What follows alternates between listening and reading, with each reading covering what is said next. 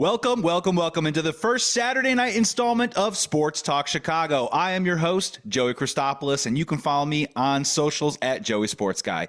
On this show, each week, I'm going to try and bring you a comprehensive look at the past week of Chicago sports, get you ready for Bears Sundays, and I'm going to welcome some fantastic guests along the way. So, without further ado, let's bring in our first guest, former Bears defensive end Corey Wootton, to talk about episode 1 of Hard Knocks, Chicago Bears edition. He's also going to talk a little Caleb Williams and more, so sit back and enjoy. So excited to welcome this guest here onto Sports Talk Chicago with Joey Christopoulos right here on WLS. He is former Bears defensive end.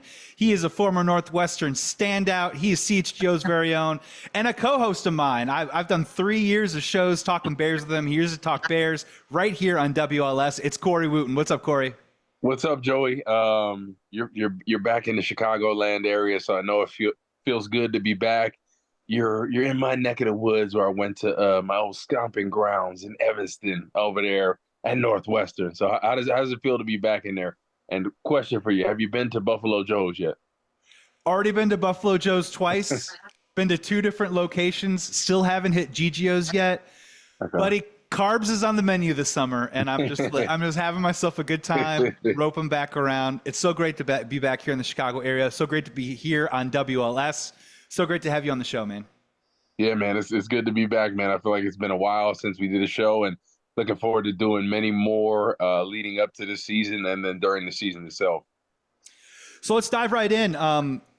As people are listening to this, the Chicago Bears are about to take on the Buffalo Bills for preseason, but there's also this little thing called Hard Knocks, Corey, that the Chicago Bears are finally on. The first episode came out this week.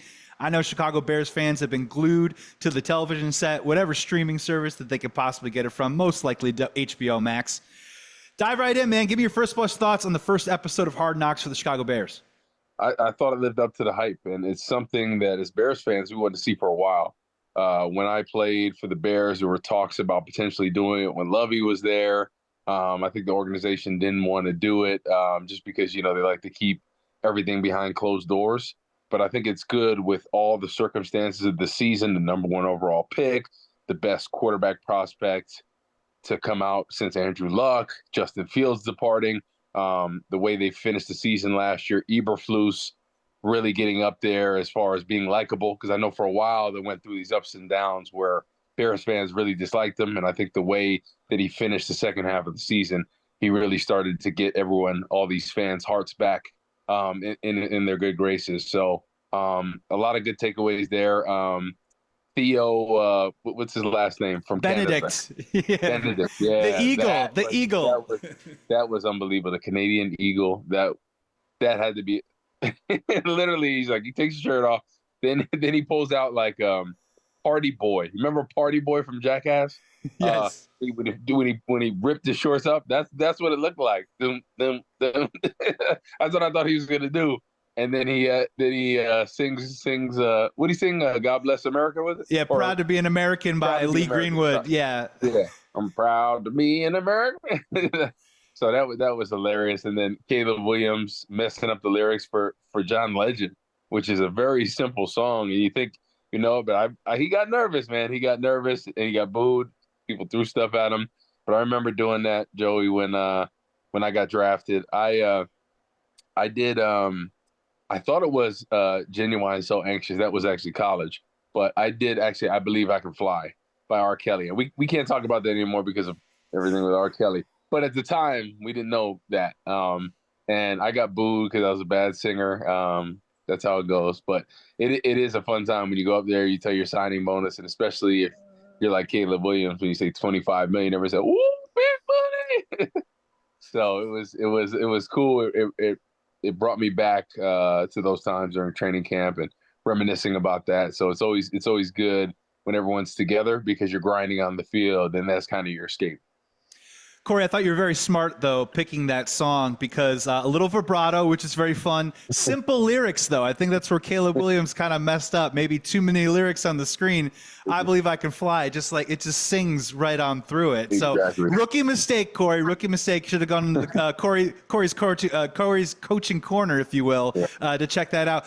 Bigger question, though, for you. This is from a fan's perspective.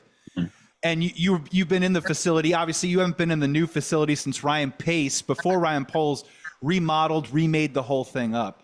But what I think is really important is that the Chicago Bears get to showcase everything that it is to be a Chicago Bear, from Lake Forest to the practice field to all the facilities that they have to offer for athletes.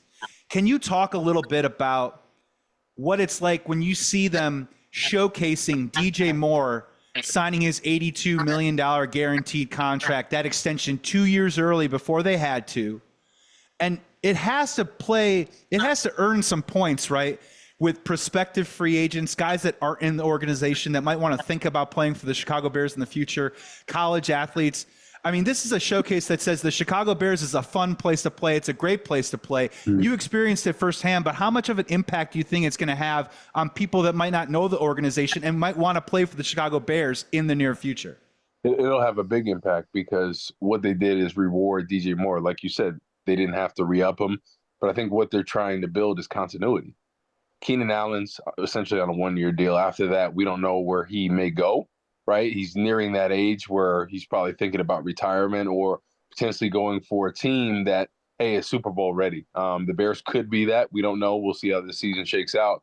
But there's a lot of uncertainty, right? So I think you had to lock up DJ Moore and know that he's going to be there for 6 years.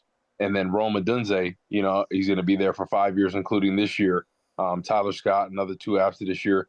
So I think you're trying to lock up all the pieces. Cole Kmet got extended. Gerald Everett's here for a couple of years, Swift as well. So you're trying to put all the pieces to the puzzle together for a young quarterback, right? And I think that's something that they didn't do with Justin Fields. Now that they're doing with Caleb Williams, because they want to give him every reason to be successful, and I commend that. And even from the meetings with Eberflus and Caleb, just trying to build that relationship, because Matt Eberflus' job is kind of dependent on, there's a lot of other factors, but Caleb Williams has to perform well. He doesn't have to light it up, but he has to perform well. He can't turn the ball over. He can't make huge mistakes, and it's going to happen. But I think ultimately, like, Matt Eberflus' job kind of, and Ryan Poles relies on what happens with Caleb Williams and how they develop him. And I think they've changed the way they develop quarterbacks, because if you look at the history of the NFL, there's been one team that has never had a superstar quarterback, and that's the Chicago Bears.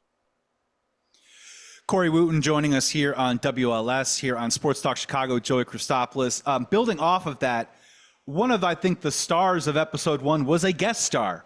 It was Nick Saban coming in to meet with that Matt Eberflus, meet some of the members of the team. You saw him shake hands with Caleb Williams. Can you help break down, and what did you like from what Nick Saban saw and said to Matt Eberflus, specifically the way that he coaches previous quarterbacks in his time? I love just the way he described it, right? He's like, this guy Caleb Williams is super talented. He can make every throw. He can do this. But, hey, is he going to be the guy when things are going wrong, right? And I think he put a big emphasis on that. And I think that's the difference between the really great ones and the ones that are good or okay, is how they respond when things don't go well. And I think he really touched on that, because everybody's all good when you're throwing the ball well and you're winning and you're putting up these stats and numbers. But if you throw a couple interceptions, if you get hit, you get sacked a bunch, you're losing games. How are you going to be as a leader? And I think some of the greatest to ever play the game, right? Tom Brady, pains me to say this, but Aaron Rodgers, right? Guy that's been sacked. I remember it was a Seattle game 7 times in the first half. At the 12th man, throws for almost 500 yards, comes back and wins that game. And I think that's the type of mentality that Nick Saban was talking about. Guys, Drew Brees, Tom Brady, Aaron Rodgers, those guys that despite whatever's going on, they can always bounce back, rally the troops. And I think that's a great sign of a leader. And who better than Nick Saban, arguably one of the greatest college football coaches to ever coach the game, right? The amount of talent he's put out, winning program, winning philosophy. And I think he loves his players just like Eberflus.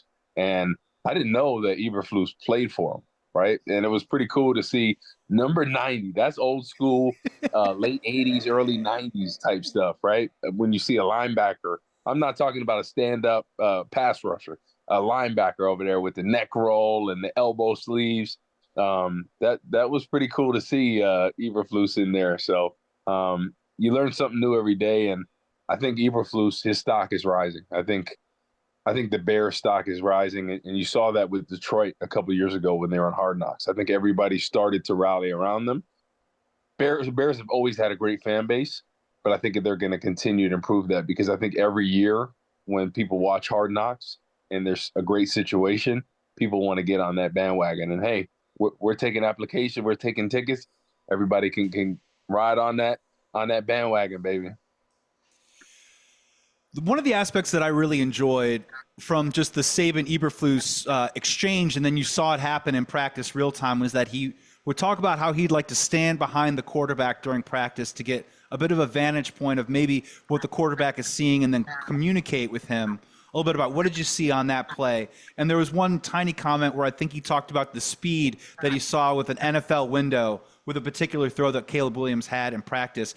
Corey, when we talk about iron sharpens iron, as a former defensive end, what else can Matt Eberflus maybe impart to Caleb Williams? Or more importantly, if you were in that room, Corey, as a former defensive end, are there maybe a couple little tips and tricks that maybe you would try and impart upon a quarterback on some tells, maybe some things to understand from the defensive end standpoint when it comes to pre-snap or reading a defense during a play?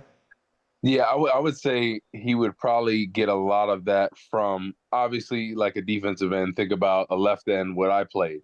Because a lot of times, like Caleb is a guy that likes to run outside the pocket, especially to his right side, the defense is left. So who bet I hate to bring up his name because I know Bears fans hate him, but Aaron Rodgers was so great at that, right? Baiting you to make an inside move and then getting outside the pocket. And think about from Montez Sweat's perspective, right? He's going against Darnell Wright. Darnell Wright is baiting him to go inside, right? He's going to try to take that move. And he's probably telling him, hey, as soon as you see me go in, you hit that corner. And then all of a sudden, that's when Caleb, he throws better on the run. And then talking with guys like Jalen Johnson and company and saying, okay, when I'm looking people off, am I selling that? Am I selling looking off the field this way and then coming back that way? Am I selling it up? Am I telegraphing my passes? Because I think especially the secondary is going to tell him everything he needs to know. Because you saw the feedback from everybody. Man, he makes some crazy throws. But there is going to be some growing pains. He struggled in some of those episodes.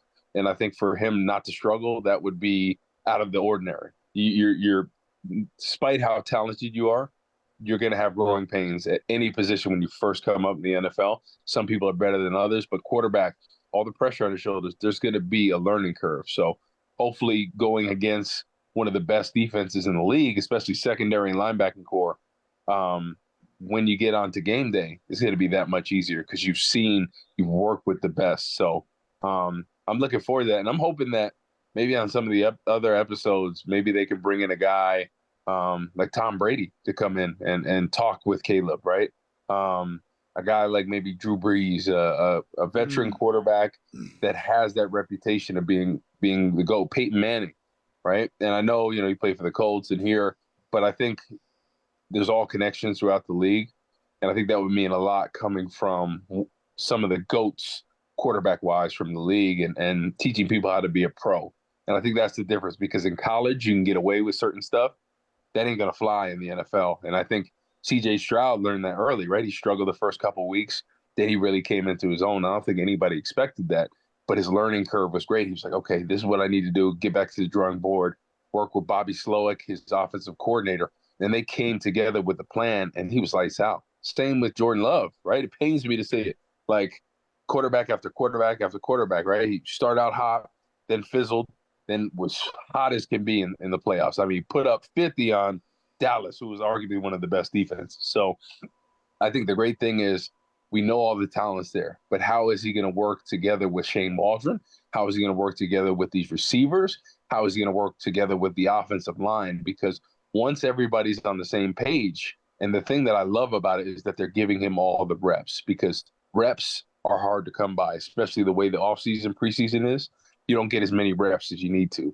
So he needs to get all the reps he can, and I'm hoping in the next couple of games he gets a bunch of series. Live action, you protect him. There's a way to keep him out there and not get him hurt, to get him through the rhythm, the timing, so he's not taking hits like Justin Fields did that one preseason game. I think it was Tennessee or something like that. I think it was also Buffalo.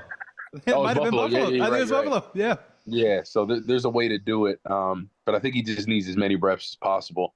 Um, I do think sometimes the expectations are a little bit high, especially just 'cause it's so hard to say like, oh, he's going to be an absolute monster. I think at first the realistic expectation for me at least is for him to be efficient, to get the ball out quick, to not turn the ball over, really establish the run game. Then once you get that running game going, some play actions, some sprint outs, some boots, getting him outside the pocket where he feels very comfortable. We're talking reps and we're talking game day here with former Bears defensive end Corey Wootton here on Sports Talk Chicago on WLS. Let's roll it forward then. Bears kicking off in just a couple of hours against the Buffalo Bills. Corey, we, as of this taping right now, we don't have 100% confirmation on Caleb Williams playing or offensive line, what that front five is going to look like. We are assuming that Caleb is going to play. And when we're talking about some of the buzzwords going through training camp right now, we've heard a little bit about some pre-snap penalties. We've heard the buzzword cadence. We've talked a lot about the offensive line. So if Caleb Williams does suit up against the Buffalo Bills and plays in the second preseason game for the Chicago Bears, how many plays do you anticipate? What do you kind of expect from a play call perspective? And can you also answer the question of some Bears fans say, well, you can't play Caleb Williams unless the front starting five is healthy. Are you able to dispel that? And can you still get some work done in if maybe a couple backups are in there instead? I think he needs 2 to 3 series. Honestly, I do. And I think there's a way to protect him because obviously you might not have your starters in there, but getting the ball out quickly, quick throws, quick reads, hand the ball off, play action, getting him on the move a little bit. There's a way to protect him without getting hits, but still getting the rhythm and timing. Because Joey, think about it. Like, I know it is preseason and to some people it doesn't matter, but think about from a standpoint of him going from college now to the pros, going through the rhythm, the timing of everything, and things happen quicker. So it's all about him getting that timing and rhythm. And ultimately, the only way you could do it is not even in practice, is in the games. So obviously, like for a while, all the stars of the league didn't play in preseason. And that's just how it was, right? Because some people could turn it on whenever they wanted. But what you're seeing nowadays is look at last year. Patrick Mahomes really struggled the first couple of weeks of the season. Josh Allen really struggled. And a big reason is because they're not playing in the preseason, right? They're not getting that same rhythm and timing and repetition that it takes. So I think the offseason, the preseason is hurting some people's growth, right? Patrick Mahomes is going to bounce back. Josh Allen, they're veteran guys that have done it. But think about for a young quarterback like Caleb Williams or, CJ Stroud or some of these guys around the league, if they're not getting reps, their growth is stunted from that standpoint. So I understand about making the game safer and not wanting people to get hurt. But I think at the same time, that's probably why more people are getting hurt because their bodies aren't conditioned for that. Rolling it forward, I mean, for me personally with Caleb Williams, I'm not so worried about the results or the production on the stat sheet because it is preseason. But to your point, I think a clean operation, getting in and out of the huddle, no pre-snap penalties, and looking like he's in control of the offense, I think that is a step forward that is going to be important for Caleb Williams at this juncture of training camp preseason heading in towards week 1. I got 2 more for you, Corey Wootton. Let's go to the defensive side of the ball. Let's go to Corey's corner really quick. We're not really exactly sure what the starters, how much they're going to expose them in this game, but it could be Austin Booker. Give me somebody else. Is there a guy that you have your eye on into this preseason matchup on the defensive side of the ball? Well, I'm hoping Gervon Dexter gets some reps, maybe a series or 2. I want to see his get off. I want to see his pad level. At times in camp, I've seen videos where he's first off the ball, his pad level is good, but how can he consistently do it? I know Eric Washington, who coached me in college and the pros, I know he's getting after him. So Gervon Dexter is a guy I'm really paying attention to, and obviously Austin Booker, right? I thought he flashed well. I know a lot of people were critical on him in his first game, but I thought he had some active movement in pass rush. Obviously, he's got to get better with his run game. He's a really lean guy, so he needs to get stronger in the weight room. I think that's something that he realizes and everybody can see in the film. But I think he does flash natural length and leverage and pass rush ability. So those are 2 guys I'm really looking forward to seeing. And Gervon Dexter, he might not get as many reps, but Austin Booker, I think they're going to give him a lot of reps to really work on his game. Final one for you here. We're going to get you out of here on a light note. I want to go back to Hard Knocks just one quick second. And this is one of my main, it's a Chicago criticism that I have. Yep. I don't know if there's a right answer to this. Can we ever Chicago legacy wise. I know we love talking about Blues Brothers, and I know we love talking about the 85 Bears, but at the beginning of the episode again, Chicago has always been the birthplace of blues. It's a blues town, Corey. How many years is it going to take? 100 years before we start to recognize that, like, there's been some Hall of Fame legendary hip hop artists that have come through Chicago in the last 20 years, whether it's like Common Sense, Lupe, I know it's not fun anymore, but Kanye, Chance the Rapper. There's been some great indie rock bands. Twisted. Yeah, thank you. Great indie rock bands like Wilco. I just want to go to bat for the city of Chicago for a second here and say that, like, over the last 25 years, we're still representing in the music scene, but it isn't blues anymore. How do we get off of this? Like, when can Chicago just be the home of a hip hop town? The same way that we're a high school basketball town. The blues is like 70 years old, man. How do we get over this hump? I don't know, man. That's a good question. I hear that, but yeah, you don't really think about it, and I guess that was of the past. But yeah, I agree with you, man. When I was growing up, you were growing up as well. We're not too far from each other age-wise. Yeah, a lot of my favorite rappers growing up were from Chicago. I can remember I had Twista on our show for Fox when I worked for Fox. Awesome. It was like, Overnight Celebrity, Kamikaze, all those albums where you could play them front to back. Lupe Fiasco, Kick Push, all the different records that he had. Kanye, I mean, his first two albums are some of the greatest albums of all time when you think about it. So I think they do need to pay some respect to Chicago artists because I think they're great. I just think lately they probably haven't put out as much music as people would like to see because think about Kanye's been up and down with his stuff. Twist is getting older, Lupe as well. So not as many people do. Chance hasn't done this as much music as he used to. So I'm hoping, some new cats will come out and emerge and establish themselves in the hip hop world because, for me mostly, mid 90s to about mid 2000s. That's my jam right there. Honestly, those are some of my best playlists on Spotify. I can listen though. I know every song from front to back, and that's the problem nowadays. People don't know songs the way we used to, right? We had a Walkman, CD player. You couldn't albums really skip front over to back. Yeah. Albums front to back. You didn't skip over songs like that. Like you didn't. You listened to things. Now everybody's, I don't like the beat. I don't like this. I don't like that. Right? You actually listen to albums. So it's such a different era in music because now it becomes, okay, what's the banger I could dance to as opposed to lyric wise. Who is the best? And I feel like we got away from that, and that's why guys like Kendrick and J. Cole still have a big following, but usually most of the guys, the mumble rappers, can't understand what they're saying, but they got a banger of a beat.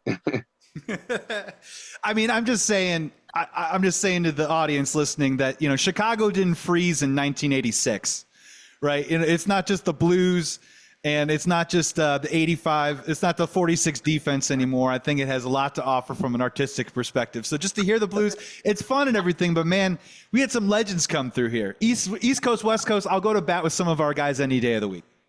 Yep. No, definitely, man. There's some legends out there. So big props for the Chicago hip hop scene. So yeah, it was a good era. So hopefully there'll be more to come out. Former Bears defensive end Corey Wootton. You can follow him on socials at Corey Wootton, 2 O's, 2 T's.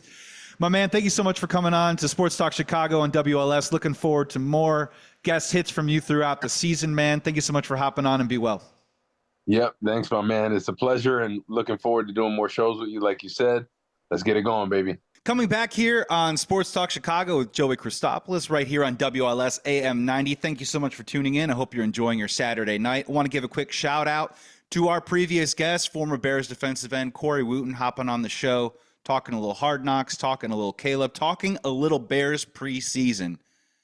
And I wanted to give a quick shout out to the guy. For those of you listening to me for the first time, thank you so much for coming in. I hope you come back sometime soon. But with me and Corey, we've been doing shows for the last 3 years. So I implicitly trust his perspectives. The guy's played the game.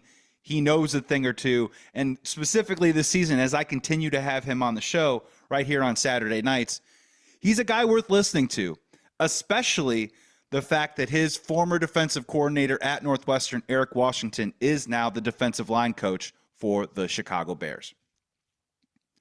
For this second segment here, because I'm new to the station, I most recently moved back. I'm from the Chicago area originally. I was born in Evanston, grew up in Wilmette, lived in Chicago for about 10 years.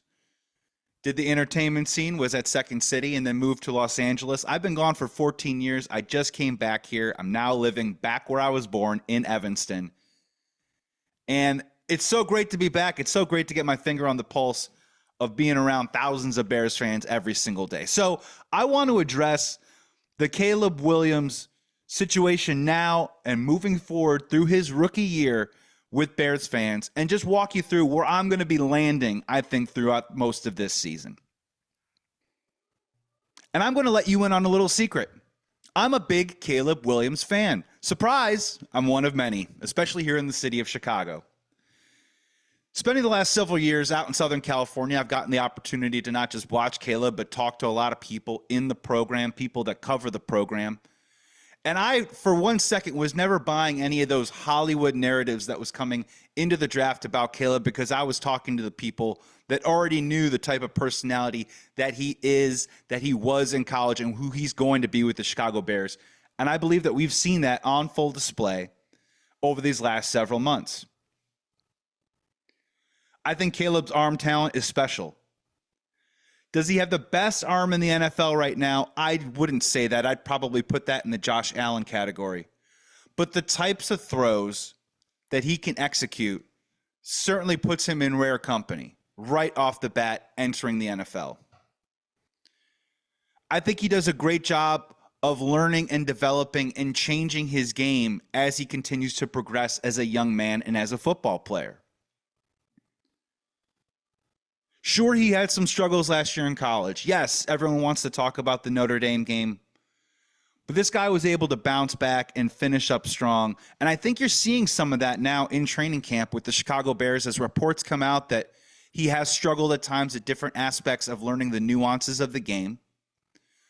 But you also see those special throws mixed in there too as well. So I love Caleb Williams. I want him to succeed. And I also believe that he could be that next great athlete in a long line of amazing, legendary athletes in Chicago.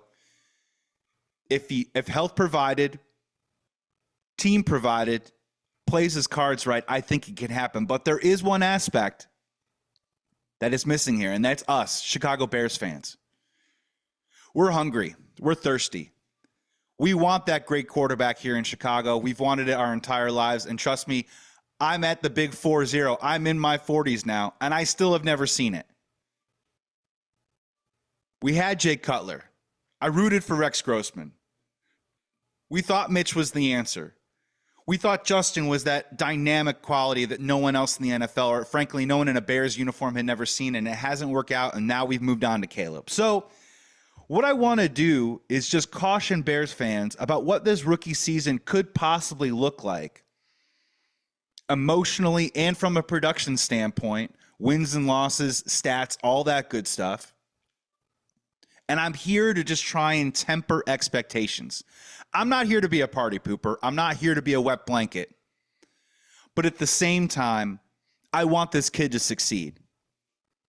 And there's been a lot of hype around him, a lot of hype around Caleb. In our first segment, we talked about Nick Saban talking to Coach Matt Eberflus about trying to control that hype, emphasize development, control the hype. Bears fans, we got a job to do too as well. We got to try and control the hype. I know it's exciting. I'm trying not to tell you what to do, but for Caleb Williams, I foresee thrilling highs, and I do see some lows in there. And I'm not willing, with a rookie quarterback and someone that I want to succeed like Caleb Williams, I can't flip out on one side or the other. I'm a passionate fan. I'm not always going to play it down the middle, but for right now in the preseason, before we get the season started, I want to temper expectations for myself, and I think Bears fans should do the same. If you look at the history of NFL quarterbacks, even the great ones, the Hall of Famers, they all have some struggles in their rookie season. Look no further than what Nick Saban said in the Hard Knocks episode 1. He name-checked Peyton Manning, who led the NFL in interceptions his first season. the guy went on to have a pretty good career. But that's the thing. He's not alone in that case. And I just want to name a couple of examples really quick. Let's go back in time, if you will. Let's go back even to as far back as up north to Green Bay. Aaron Rodgers, a guy who sat for several years under the tutelage, quote unquote, of Brett Favre. He finally did get his opportunity. And yes, Aaron Rodgers put up numbers, but they also went 6-10 that season. 5 of Aaron Rodgers' first true starts, he lost them. He lost 3 of his first 5 true starts. So he went 2-3 in 5 starts. If that happens with Caleb Williams, is the sky going to fall in Chicago? I should certainly hope not, but it is a possibility. Matthew Stafford, let's stay in the NFC North. Another guy who won a Super Bowl. Another guy who's put up prolific passing yards, Pro Bowls, all that stuff, maybe possibly knocking on the door of the Hall of Fame, or at least walking down the hallway of the Hall of Very Good. His career, 2-8 rookie record. 13 touchdowns, 20 interceptions. I'm just saying, I don't know if this is going to come easy for Caleb. There might be some bumps in the road. There might be a couple of games where maybe the people in Vegas think that we're going to win. You think that we're going to win. Maybe we're at home. Caleb has a bad game, throws 3 interceptions, maybe loses a game that we're supposed to win. This is all a part of the development of a rookie quarterback, and it could be painful for just the more in-the-moment results that we are expecting from this Bears team that I think we have a lot of optimism about. Let's keep on going down the road. Andrew Luck. Now, Andrew Luck won 11 games as a rookie. If the Chicago Bears get that number this year, I think we're all going to be very happy. But if you look at some of the numbers, especially early on, as a rookie for Andrew Luck, he only completed 54% of his passes. He had 18 interceptions, more than 1 per game. And his passer rating was, frankly, in the Mitch Trubisky zone, in the 76.5 area. He went on to have a great career, but it didn't happen right away. This is not a linear path. There are some bumps in the road.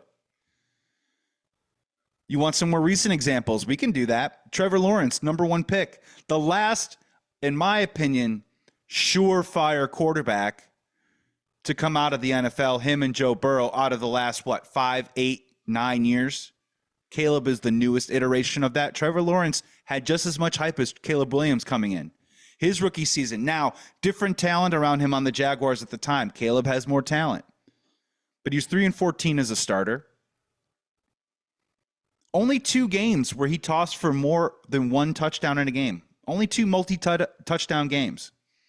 12 touchdowns, 17 interceptions. And in 8 games as a starter, didn't even throw a touchdown. Does that sound familiar, Bears fans? Well, that was Trevor Lawrence. They just paid him $55 million a year. I personally think the jury's still out on Trevor Lawrence, but I don't think anyone doubts the talent that that player has. No one is doubting the talent that Caleb Williams has right now. It's going to have to turn into results, and the results may vary at times. Moving even forward, I talked about Joe Burrow. Joe Burrow started his career 2-7-1 as a starter. 5 of his first 7 games resulted in a loss.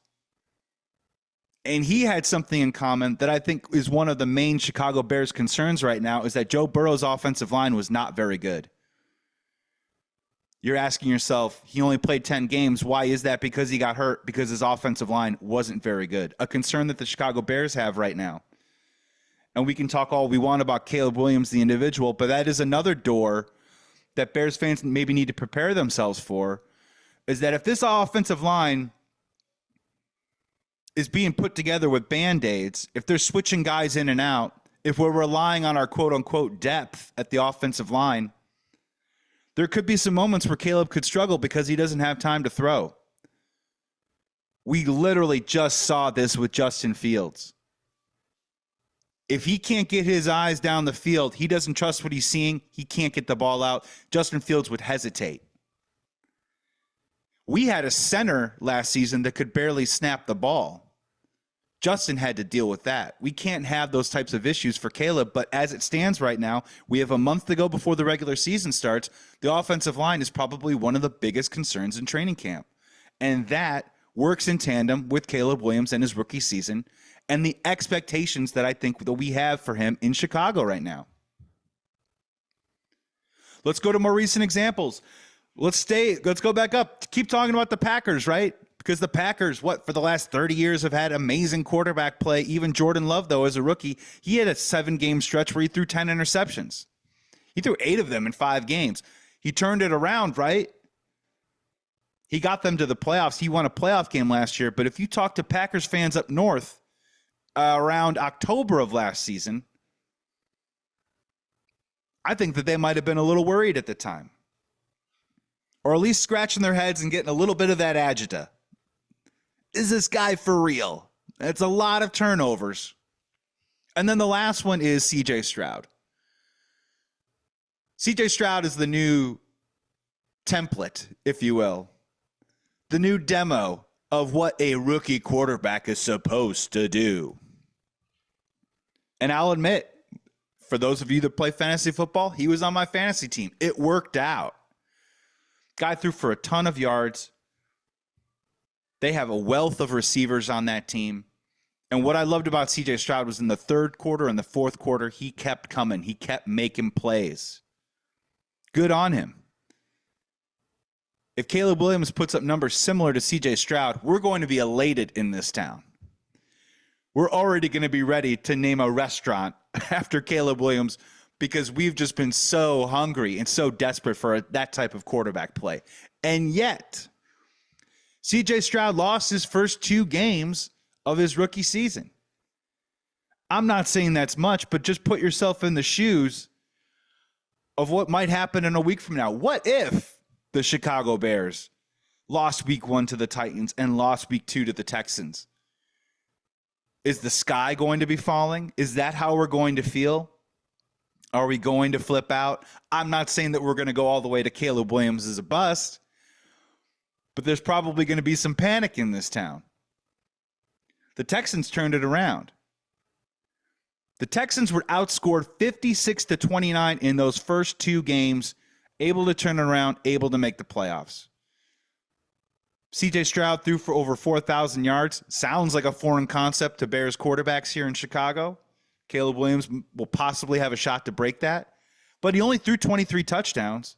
That is the same amount as Mitch Trubisky threw in 2018. All I'm saying is, as people have anointed C.J. Stroud, those numbers still aren't exactly in the top upper crust elite area of NFL quarterbacks. And that's okay. He was just a rookie. This is all about tempering expectations. So you have to ask yourself, if you're a Bears fan, what do you want from Caleb Williams this season? Because I'm telling you, I don't think you're going to be able to get it all. And if you get it all, tell me I'm wrong. I'm happy to be wrong on that one. If you're telling me Caleb Williams gives you passing yards, touchdowns, clean football, and wins as a rookie, I'm just saying I'm going to be surprised. So what do you want from your rookie quarterback this year? Do you want the numbers? Do you want the passing yards, the touchdowns? And maybe the Chicago Bears get close to the fringes of the playoffs, maybe don't quite get there, but you walk out of the season feeling pretty positive about Caleb? Do you want Caleb Williams just the winner?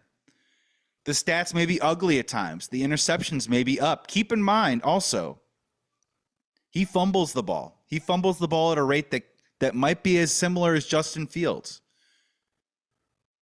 Mistakes are going to happen. He is a rookie. There are going to be moments where he's going to be overwhelmed. There's going to be moments where defenses test him with the blitz packages that they can bring in the NFL, and Caleb Williams might struggle at times, but he also might thrill you. So how do you make sense of that? I think my thing is, don't ride the roller coaster. I implore you, Bears fans, don't ride the roller coaster. Think about everything long term. If he has a great game, put it in the box that hopefully you're filling up as a bucket of greatness that's going to be around for the next 10 years. If he has a bad game, try and think logically about why that might be. Is it the personnel around him? Or is it possibly just a rookie just trying to figure it out along the way? And we have to give him some grace to try and figure it out along the way. This isn't the season for the Bears to come in and start pushing around the Packers and the Lions and the Vikings. Do I think they can beat those teams this year? I do. But the dominance of the NFC North right now is up for grabs, and right now the Packers and the Lions are in the front seat of that. The Bears are trying to challenge them. Don't get ahead of yourself if the Chicago Bears don't quite get there this season. I think it's going to be really entertaining. When you look at the schedule in general, it is pretty favorable for the Chicago Bears.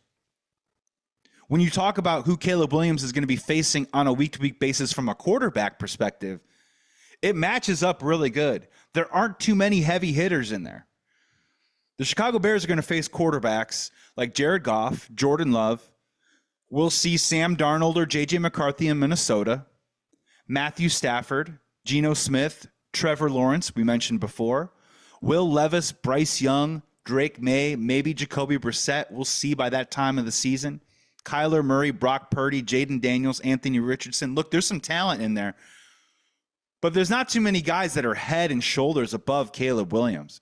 Maybe you give the edge to Jared Goff and Matt Stafford. Matt Stafford has a ring. Jared Goff has the experience and specifically the recent success. But if you're telling me, I think Caleb Williams can match up great with Trevor Lawrence, Kyler Murray, Brock Purdy, Anthony Richardson. Those things are a wash. And maybe by the time Caleb plays some of those teams, Caleb might actually be the better quarterback of that matchup. In the NFL, that matters. And that's going to help them possibly win some games or might possibly give Caleb that leg up to have some success this season. But again, when you dive into it, and I will be over the next month and throughout the rest of the season, when you dive into some things like team DVOA, some of the statistics out there about the offensive lines this team is going to face, there are going to be some weeks where certain areas of the Chicago Bears, I just think they're going to struggle. And I think it's going to be in the trenches. I think there's going to be weeks where the offensive line really comes together, puts together a good running effort, protects Caleb Williams. And I think there's other weeks based on the matchup where they're really going to struggle. And defensively, on the defensive line, for a team that was last in the NFL in sacks, that was last in the NFL in sack pressure percentage, I think it's going to be the same case. I think there's going to be some weeks, it'll be like Jekyll and Hyde, where we go, wow, is this defensive line turning the corner? Wow, do we possibly have a piece in name your player, Javon Dexter, whoever? Oh, wow, Andrew Billings, DeMarcus Walker, they're having great seasons. And I think the next week they could just as easily disappear. When you look at their schedule, based on some things like Pro Football Network, Pro Football Focus, they're going to be going up against some great offensive lines. The Detroit Lions ranked easily in the top 5 of offensive lines. The Packers, top 5 in offensive lines. The Vikings, top 10. The Rams in top 12. I mean, these are some real matchups here where the Chicago Bears might struggle to get home. 49ers are another great example too as well. But conversely, if you also look at it, there are some teams that are terrible at the offensive line. They play the Commanders. They're at the bottom in the offensive line category. You look at teams like the Cardinals, also not so great. You look at teams like the Titans, not so great. So there are going to be some great matchups for the Bears on both sides, offensive and defensive line, but there's going to be some ones where they really struggle too as well. And when you look at this schedule, there's a couple of things that are maybe get in the way a little bit of Caleb's success. We all talked about how, they start with the AFC opponents, 3 AFCs in a row, Titans, at Texans, at Colts. They don't play a division team until week 11, Packers at home. But then there's that London game in there. And if you look, there's a stretch where the Chicago Bears aren't actually back in Chicago playing at Soldier Field for 5 or 6 weeks because of that London game, which is technically a home game for the Chicago Bears. They come home and get a bye week. I mean, there's sections where they play 3 straight road games. That's at Lions, at 49ers, at Vikings. I mean, that's a tough stretch right there. If you walk out of that 1-2, you should be happy. So these are all things that are going to play into the Chicago Bears season. That, look, I'm not saying I'm skeptical of. I'm just not saying I'm overconfident on. So I know we all want to wrap our arms around Caleb Williams. We all want to name him, anoint him the next great thing in Chicago sports. And honestly, believe me, I think he will get there. The question is, will it actually happen this season? I think we get flashes. I just don't think we get the full thing. And Chicago Bears fans, ask yourself that question. If you do not get that full thing, how are you going to react? Are you going to call him a bust? Are you going to cast him aside? Growing up in Chicago sports, I felt like that there was a mentality that sometimes we showed a little bit more loyalty, that when our athletes dropped down to the ground, we got more chance to pick them up. These days, I don't know if it's social media or what, but I feel like when a guy does poorly, we want to get him out of town as quickly as possible. We need to possibly soften that trend a little bit. With Mitch, with Justin, by that second season, 2.5 in, we had already made our declaration on whether this guy was good, bad, this way or the other. Looks like we were right on Mitch. We're going to find out on Justin. But with Caleb, I think he needs even more time. And look, by the end of his rookie season, that's not even going to get him to the point of the decision-making that we made on guys like Mitch and Justin. So we're all going to have to just relax just a little bit.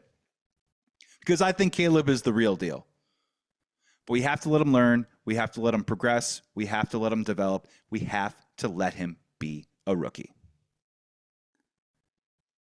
That's going to conclude our first episode here of Sports Talk Chicago, Saturday nights, 8 to 9 p.m. right here on WLS-AM 890. I want to thank my producer, John Meadows, very much. I want to thank WLS for this opportunity. This is a legacy platform here in Chicago. I'm so proud to be a part of it.